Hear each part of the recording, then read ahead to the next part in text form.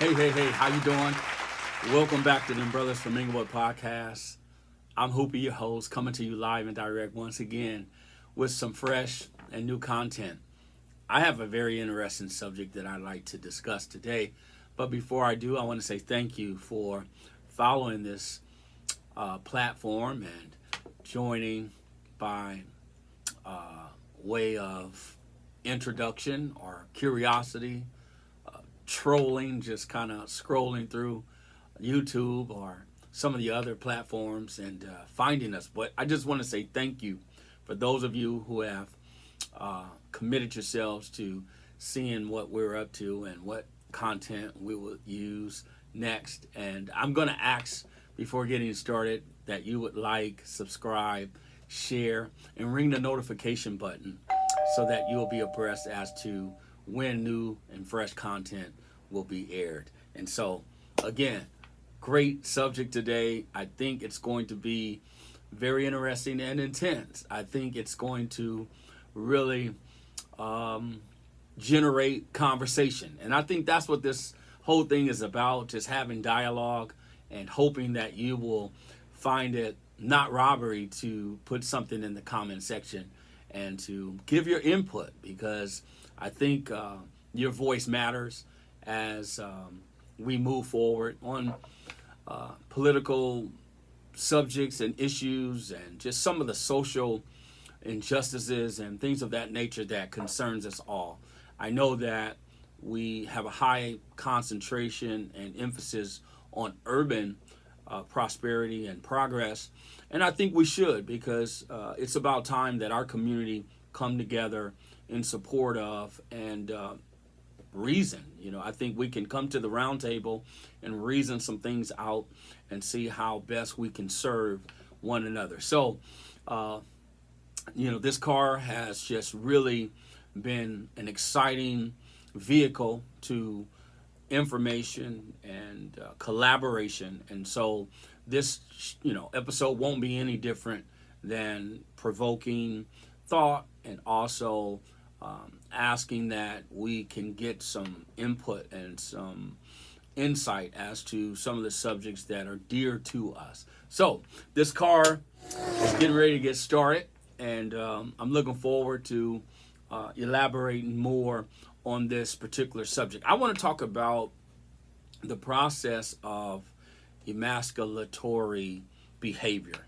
Emasculatory behavior is not so much an indictment on women or those that are serving in positions of authority or leadership and being unfair or being biased in decision making. But I think, we want to really raise the awareness pertaining to men who are trying to lead their families or trying to be an impact and definitely a positive figure in their children's life. And so I just thought that it would be very interesting to open up this discussion through personal experience as well as just common knowledge, doing the research, whether it was on the news or it was through someone sharing their experiences. However, we know that it exists, and I just think that it has to come to an end. And look at this. The wonderful thing is it's not limited to race, color, or creed, religion, domestic, international. This has just been a terrible practice and sense of conduct in a lot of people's lives, and a lot of people have been affected, especially the children. And so I just kind of want to interject that and put it out there so that it will be food for thought for you to see if you are willing to add something to the comments. You're more than welcome to email us. You're more than welcome to chime in. Like I said before, I'm very interested in doing a live at least once a week on subjects that matter, but also random thoughts that I get from time to time. I get them more than from time to time, but sometimes I can get a little nudge from you all as to interjecting and placing some things in the comments that I can kind of read, go over, and talk about. We don't know exactly how those lives will go as it relates to the preparation of it. I kind of like to go on the cuff. I like the lives to be a lot more, I would say, improv, just, like an improv, just something on the cuff that we can just, randomly discuss and talk about. Improvisation is a huge plus, especially in the field of entertainment or in the arts or whatever. So that is a huge component that I believe is advantageous to all of us. So let's kind of delve, right into our subject, emasculatory behavior and conduct has been a real challenge for men who have children and are trying to father their children. They're trying to impact their children's life, and there has been some obstruction there. There has also been some flat out denial, because when we look at the word, it has an adjective and it has a noun form in its description, and so we can apply it in so many different ways, being that it exists, being that it has happened and is still happening.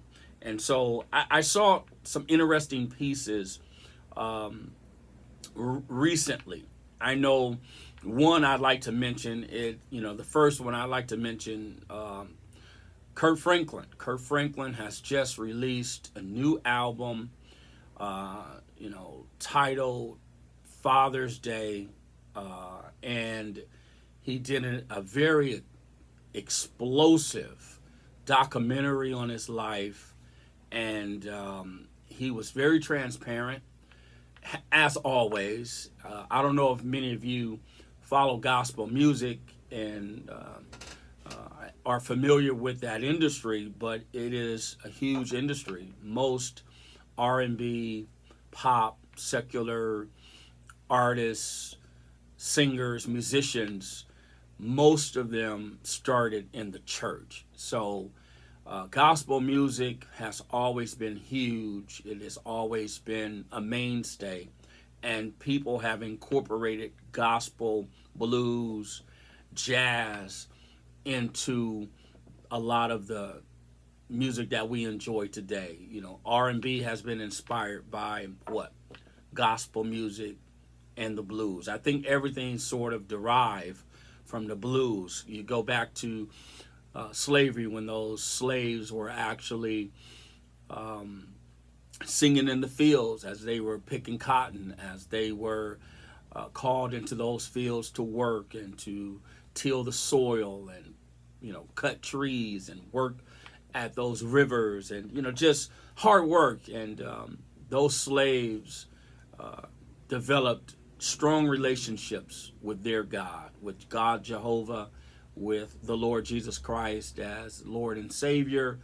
And it really steamrolled in a way to where urban people, black Afro-American people in the United States, who our ancestors were brought over here, they were kidnapped, and I can go deeper into that history. They were forced over here on ships down in the belly of huge ships. Many of them died of sickness and disease. They died of pneumonia and different things because of the weather element and being wet with barely clothes on, barefoot. they had open wounds from the chains and the different things that they were bound by, and those sores and things became infected. They didn't have a lot of medical attention. They really didn't care about the slaves anyway. So even though they paid for some, they didn't care. As long as most of them made it over to the States. Yeah, it's a very sensitive subject when I mention it and talk about it, because I've read a lot about Black history that they did not teach in schools, especially when our parents, I'm 56, so when my parents were coming along and my grandparents, we had U.S. history and we had real history. So I don't want to knock the education system, but the educational system knocked us. It did not teach our truth. It did not teach our experience. It borrowed facts that were soon manipulated and twisted. I can go deeper into that, but I'm not. That's not so much our subject today. But the emasculatory conduct and behavior really has a lot to do with that type of practice, because of all of the other ills that we suffered as Afro-American people. So when we look at the noun form of this word and the adjective form of it, because emasculatory is the adjective aspect of it, and the noun aspect of it is emasculation. When we have experienced emasculation as men, it has settled and it has really clinged and just cluttered a lot of our motivation and our instinctive nature to father. And so many of us have gotten a terrible name, reputation, based on what people say we don't do or we have not done. And I think it's just altogether, I think it's just wrong. I think it's wrong how we were represented and how we are viewed in society based on the false information. Let's just put it like that. So I want to just kind of spring or launch from Kurt Franklin's experience just a little bit. For those of you who have not seen his documentary, you need to look at it. You need to see it. Others who have not got a chance to buy his new album, whether it's streaming or otherwise, I believe you need to hear it, because we know that he has been one of the pioneers of 21st century gospel music. A lot of people don't agree with it. I'm from that era. He's not that much younger than me. I believe he's 53. I'm 56. So we're in the same generation and that genre of music. But when we were kids, I know that in the church, they only wanted to hear a certain sound. They only wanted you to do so much. They only wanted you to say so much in your music. There were times when people were actually pulled out of the choirs and asked not to do certain things. Back when we were kids, there was no gyrating. There was no pants worn in the choir. Women didn't wear pants. Women were not,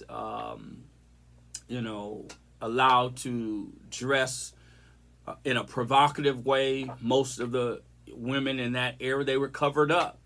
There was no showing of cleavage. There was no back out of the dress. There were no dresses and skirts above the knee, below the knee. I'm sorry, above the knee.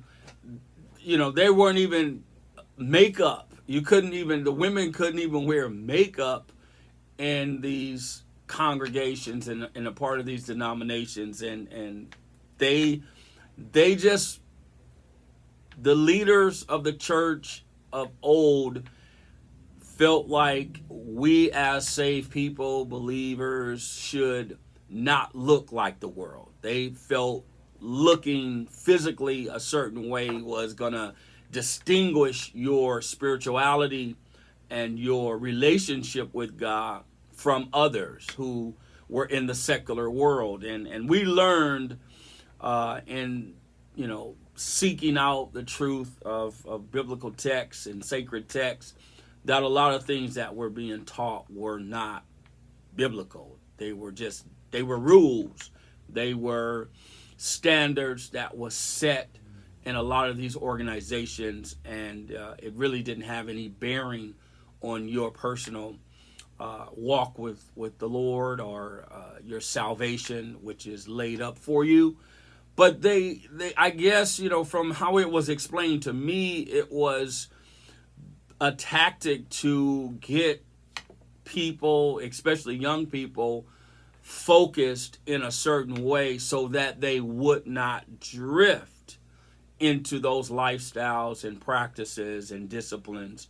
And so what they did was they laid down their own rules and governed those rules, and everyone had to come under that. They were subject to that policy. And so Kurt Franklin was and is always out of the box. He's not your typical gospel singer, producer, composer, writer, etc.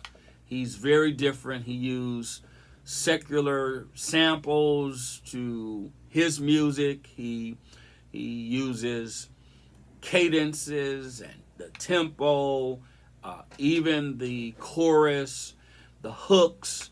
They're normally from secular hits or secular songs that may have not been a hit but could have been a hit, and the way he used it and the help that he brings into his production process has really catapulted his record sales. So what am I saying? I'm saying that Kurt Franklin's I would say video, because he had a videographer that was there doing his process that produced or helped produce his documentary, because they had so much footage and content.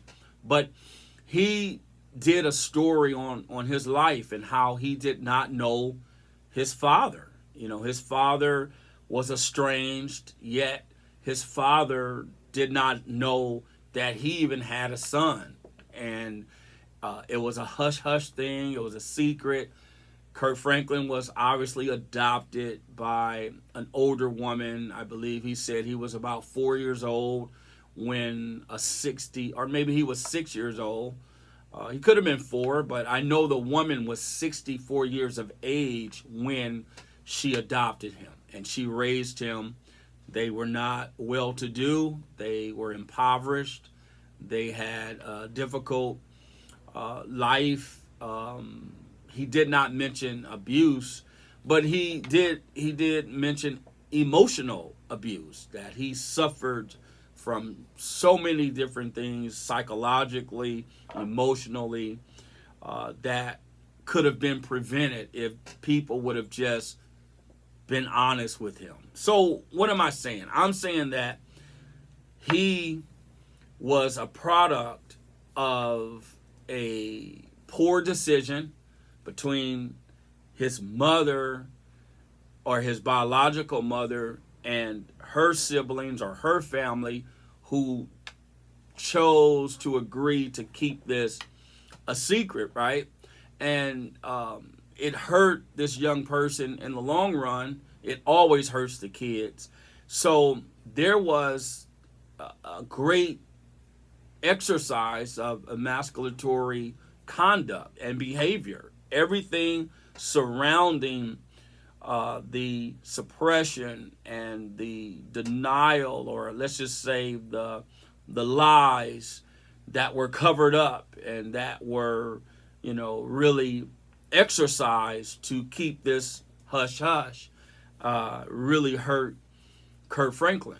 And so when the documentary was going forth, he eventually met his father, but the father did not know. The father it was news to the father. He was shocked. He broke down. He was in tears. He apologized repeatedly. Kurt, of course, he was very hurt. He was crying, and it was heart-wrenching. And I use Kurt Franklin as one of the examples because it really affected his life. Did it affect his career, his talent, his gift? I don't believe it took away from it or hindered it. I think it really motivated his creativity, his talent. He flourished there probably because he was so hurt, because he suppressed his feelings, and he was a young person trying to deal with it. And still going to church. He was still loving the Lord. He was still pursuing God in a way to where he wanted to maintain his relationship with God, but he was battling on the inside. And then people talking around him and others sort of knowing what position he was in. It just had to be tormenting. That was the word that came to my mind when I was listening and watching the interview Kurt Franklin was given. He gave one to a documented podcaster. I forgot the gentleman's name, but he did a really great job in interviewing Kurt. And then Kurt, he's on tour right now, so he did a recent sit-down interview with Dr. Jamal Bryant, who's out of Atlanta by way of Baltimore, and that was different because Dr. Bryant has issues of his own. He's dealing with so many things. I'm not going to go into his situation, but it was very refreshing to hear Kurt Franklin discuss his inner conflict. And it all derives from a single woman who made a decision to take the power or to exercise power and authority over a man who she felt she could. I don't know what their relationship was like. I don't know if it was a one-night stand. I don't know if this was a hidden relationship. We know it was a sexual relationship because Kurt Franklin was produced. He's a product of that experience, sexual relational experience between his biological mother and his biological father. But from my understanding, everything was kind of suppressed. So I don't know how long the relationship went on, but I do know that obviously the mother made conscious decisions to, number one, keep everything hidden and not discuss it. And then she gave Kurt up for adoption. He was adopted by this 64-year-old woman. He was a part of the same community. So from my understanding, he didn't leave the community. People sort of knew who his mother was, and there was speculation as to who the father was because obviously the mother was still actively involved with men in that community where he's from. So the sad thing is that here we go. It's emasculatory in conduct and in behavior. It's also an emasculation process that has, it took on a world of its own. And it was unfair that it happened to this innocent child, this little boy. And obviously, God has his hand on this child because those gifts and that talent was developed over time. And you have to give kudos to the woman who raised him, because she put him in piano lessons. She supported his talent and gifts. She kept him in the church. So obviously, it was a grace that God bestowed upon Kirk Franklin, that he would be in the hands of someone and some community that had to honor him, had to honor his gifts. God, I believe God dispatched angels over Kirk's life to seal his fate. I don't want to call it fate, but seal his destiny as to who he would become. And so when we look at a very sad situation, we find some good things to take place. But yet, out of all this, and what I'm saying is, out of all of what Kurt experienced, he began to have children. He had conduct in his own life that was questionable, that he battled with. He's a human being. He has a human nature. He failed and succumbed to a lot of scrutiny. A lot of things that he did was scrutinized and is still scrutinized, because you know how people are. People gonna always have something to say. They're gonna always find the worst out of situations. But to put it mildly, he endured through the trials and testing that he experienced by not knowing who his father was. I think ultimately we have to realize that children are innocent.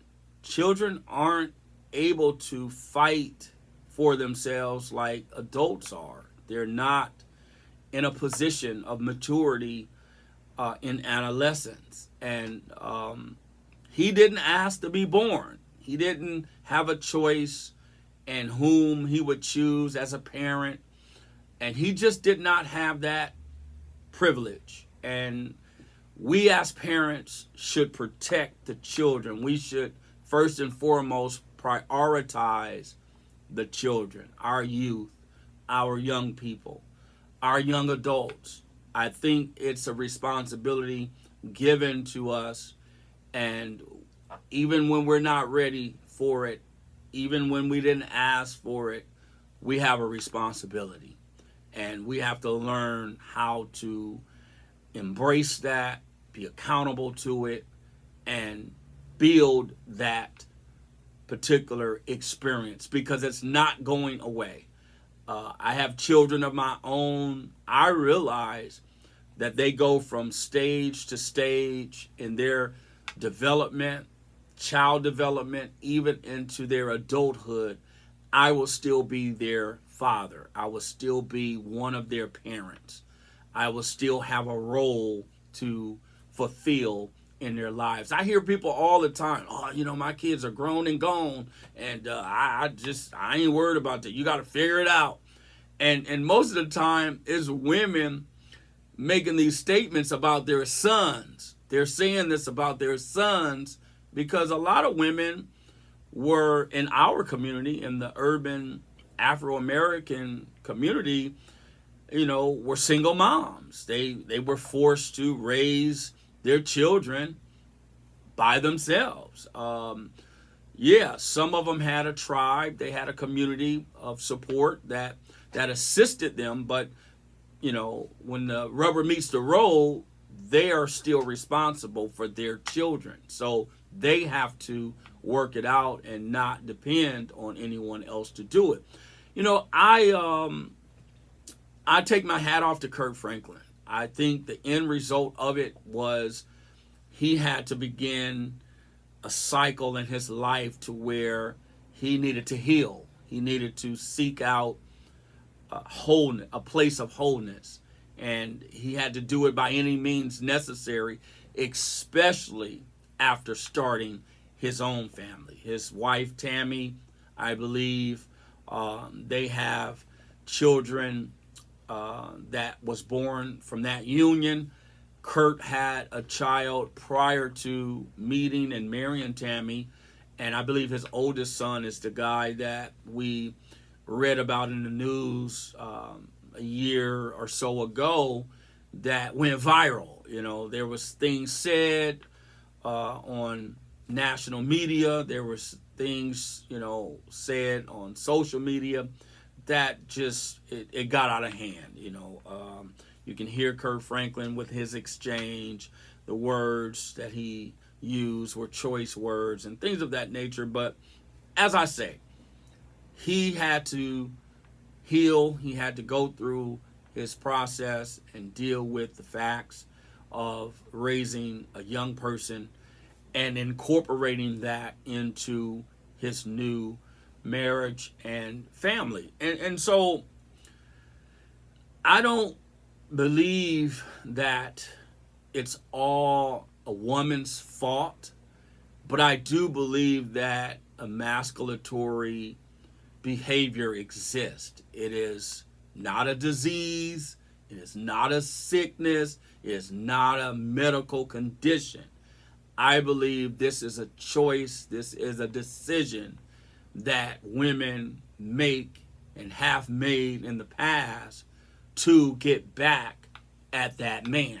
Now, men need to be accountable for how they treat women and what they have done and what they haven't done in those encounters. Some were marriages, others were social relationships, others were just not a relationship at all. It could have just been, sexual intercourse. It could have just been a sexual relationship. Could have been a one-time thing. Someone gets pregnant, you don't know each other. Whatever the case may be, a child is now in the equation. And I just believe that you see more women emasculating men and denying them an opportunity to be in that child's life, especially adequately. And it has to stop. It has to change. I don't believe that they get away with anything in the long run. They do a lot of damage in the process, though, because the residuals are always left in the results of how the child turns out. Children are smart. Children are developing. Children are very visual. Children are more mature than most of us think as adults. Children begin to gravitate to a pattern. They begin to gravitate to words. I tell people all the time, words that we speak are life. Words that we use are powerful, and you cannot retract. You can't get those words back. Once those words are out of our mouth into the atmosphere, those words are alive and well. And I believe they work on both ends of the spectrum. You can speak positive affirmations and words. You can speak negative words of, destruction. That's what I like to refer to it as. Negative words are destructive. They're damning, they're just not good. They're not positive. And so I'm very keen on word usage and how I speak and what I receive. You can't just talk to me any type of way. You cannot say things to me and expect me to agree with you on certain things. And a lot of it has to do with word usage. What you're saying, how you're saying it, why you're saying it, when you're saying it. So those are things that I've tried to teach my children, to be careful with the words that they use, be selective, and try and understand what a positive affirmation is as opposed to a negative connotation and negative word usage, because those words become a part of our belief system.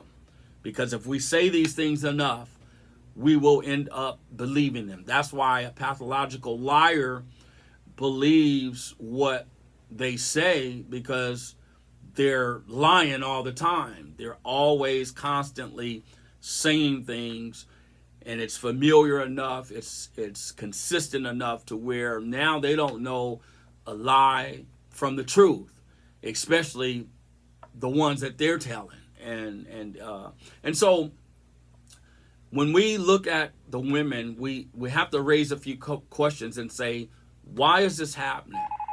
And how long are we going to deny men the opportunity and the right for them to have input in their child's life? And I'm not speaking for those who have been demonstrative in their conduct. I'm not speaking on behalf of those type of men. I'm not condoning child abuse, domestic violence, vulgarity in speech, in deeds. I'm not condoning poor behavior and poor decisions. I'm not trying to reward that.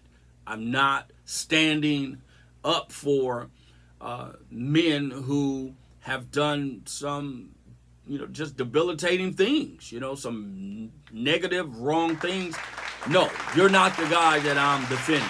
I'm defending what's right. I'm standing up for the fact that men deserve to have say-so, a role in their child's life. And that's what emasculation is.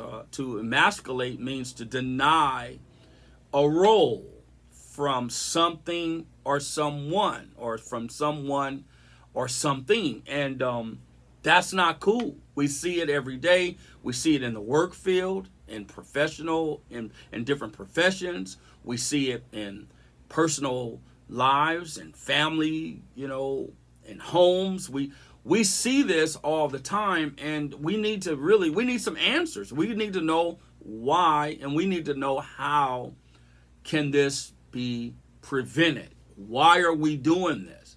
And I think a lot of women need to be accountable for that. They need to counsel. They need to go to support groups. They need to own their behavior. But also, and I talked about this some time ago, and the person that I was interviewing with, they made a great point. It was spot on. They simply said, we need more women to hold women accountable for their actions. We need more women, whether they're in friendships, relationships, associations, or just complete strangers. We need those women to step up and say, hey girl, you wrong. Hey girl, that wasn't cool. Hey girl, you need to fix that. Hey girl, you cannot raise a male man-child up until a certain point. That child needs his father. Of course, he needs his mother too, but he needs his father. He needs his father to be relative, to be relevant, need to be relational, I should say. Not just relative, but relational. And he needs that because he is a spitting image of that man, of that father, of that dad. It's a big difference in being a dad and a father. And I've always tried to distinguish that with my own children. I tried to make sure they understood, I'm not just your dad, I'm your father. I am a person of influence. I'm a person of purpose, and I've been mandated, and I am responsible for your development. And I've tried to convey that to my children consistently. But more importantly, I've tried to model that. I've tried to show them that. I've tried to show up for them. I try to be, and I try. It's a continual. I try to be supportive and available for my children, no matter where they are in the States, no matter where they are in the community, no matter where they are in the city. I want my children to know that they can count on me, that their father is going to be there for them.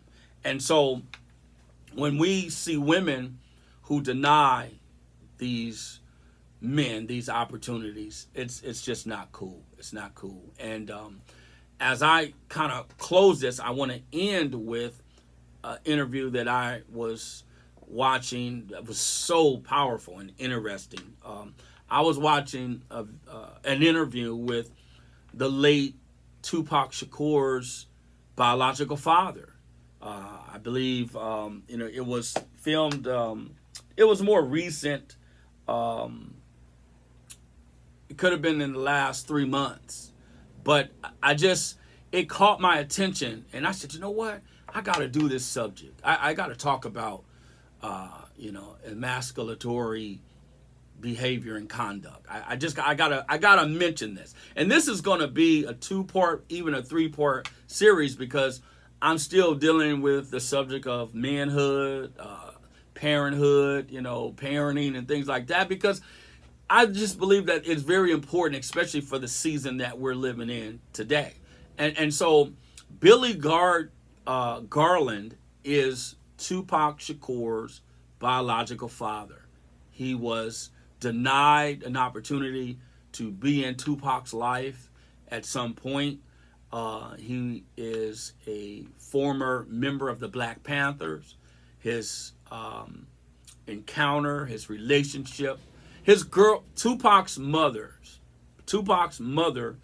is Billy Garland's ex-girlfriend. He never married Tupac's mom. They were a hot item back obviously in the 60s, and Tupac was born in New Jersey. He is from the East Coast.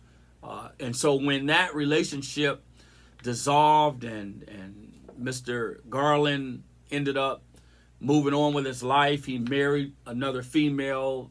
From my understanding, that created a rift between Tupac's mom and Mr. Garland, and they went their separate ways. She went to Baltimore. I believe that's where Tupac started a lot of his child development, in Baltimore. I also believe that's where he ended up meeting Jada Pinkett Smith, and we already know their relationship evolved, and they had a great friendship and things like that.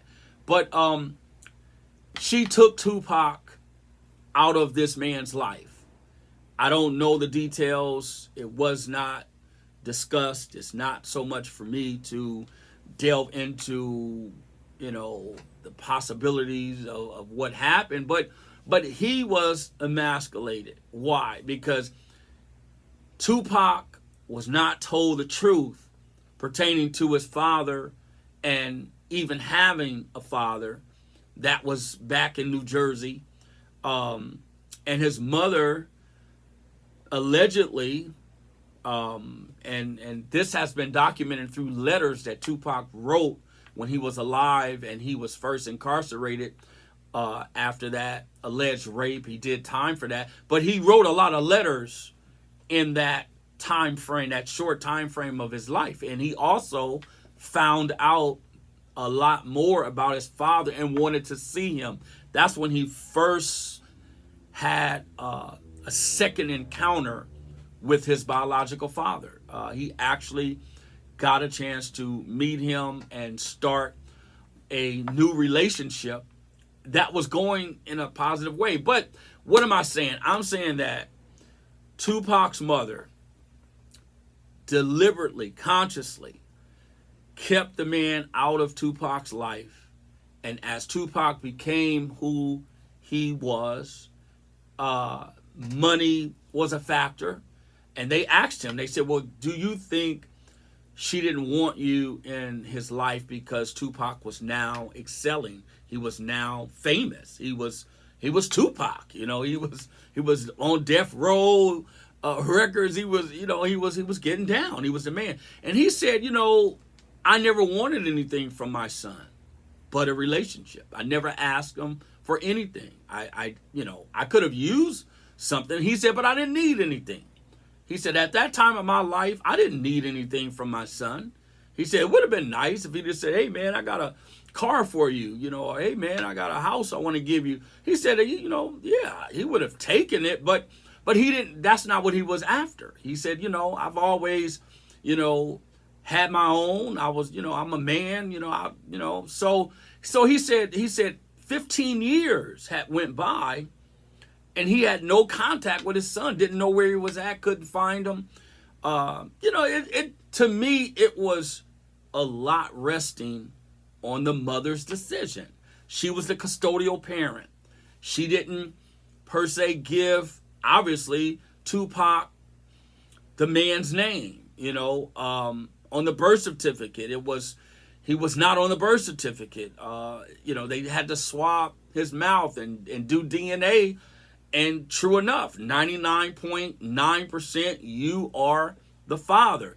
Tupac looked very, very similar to the man. So a lot of things Tupac actually documented way before he died. This was my dad.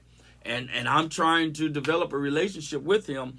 So that's just a gist. And I'm not going to prolong it because I want to continue talking about this subject. And I want you to chime in. I want you to give your viewpoints and to give your objections and suggestions, whatever it takes for us to create the dialogue. We need to do that. And the bottom line is Mr. Billy Garland was, you know, denied an opportunity to be a father beyond those early stages of Tupac's life. He said he used to go and get his son when they were in Jersey, and Tupac would spend, you know, 5 days to a week with him and his other siblings because the man started a family as well, or, you know, maybe he already had a family. I don't know, but I know Tupac is not per se, I don't know if he's the oldest of his siblings. I know he was older than his sister. He had a younger sister that was actually in his life. But maybe that was through his mom, you know, maybe that was her daughter through another man. But he did not deny his son in the beginning. He had, you know, he was developing a relationship. Tupac used to sleep in the same bed with his siblings. They were young. I think he said Tupac was about 3 and 4 years old around the last time that he had, you know, been around his son and trying to develop a life for him or with him. But it's sad, and we need to do better. And those were the two people that came to my mind, came to my heart about how this process works. And so there's so many other intangibles that I want to discuss at a later time. And we'll do another version and even a third version if we need to about this subject, because I want to get some things straight. I want to find resolve, get some solutions for people, including myself, to move forward in a healthy way. And so I want to say thanks. This podcast is coming to a close, and we need to find our way into the comment section. We need to like, subscribe, share, and ring the notification button so that you will know when we come on air. We would love to add you to our subscription, and so we're asking that you will continue to encourage us and others about these hot topics that we're discussing, because I got some information and content that I would like to implement. And I was listening to Dr. Umar, and bro, he is a heavy hitter, and he has really enlightened us pertaining to the social injustice and the norms and really the hidden agendas of our governmental system pertaining to the plight of African people and their progress. So, again, thanks for tuning in. We are concluding this episode, and we want to hear from you. And so you know how to reach us. We look forward to speaking with you again and presenting you something fresh and new. Take care. Great to see you. We out.